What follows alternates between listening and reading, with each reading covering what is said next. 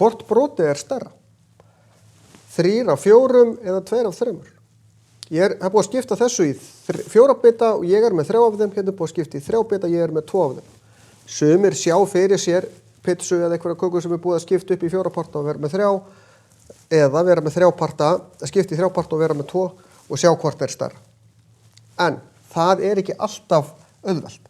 Þannig að það til aðferð til þess að gera þetta. Ég get lengt bæði brotin þangað til að fá sömu tölu hér og ég get gert bara sinnum 3 hérna megin af því að það 3 hér og sinnum 4 hér af því að það 4 hér. Þá fæ ég 9 tólftu og 8 tólftu. Og þá sé ég að þetta stærra. Af því að 9 af 12 meira en 8 af 12. Það ekki fyrir en ég komi sömu tölu fyrir neðanstrik að ég get borið saman efri tölurnar og verið 100% viss. Auðvitað vissi ég að þetta var aðeins stærra, en þið sjá, það ekki mikill munur.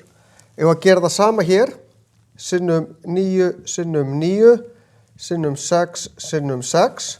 Hérna fá við 45 af 54 og hérna fá við 42 af 54.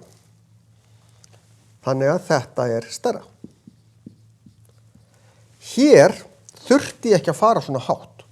Ég hefði geta gert 5, 7 og 7, 9, gert bara sinnum 2 hér og sinnum 3 hér. Þá fæ ég 18 undir báðum megin, 15 og 14. Aftur, þetta ennþá stærra, það breytist ekkert. En, hvor leiðin á ég að fara? Þetta aðeins betra því ég fæ viðráðanlegri tölur. En þessi aðferð virkar í raun alltaf. Að margfalda bara með tölunni hinum megin, lengja með henni, lengja með þessari hérna megin. Þá fæ ég sömu tölu, ég fæ bara leiðilegar tölur. Þannig að báðar aðferðir virka.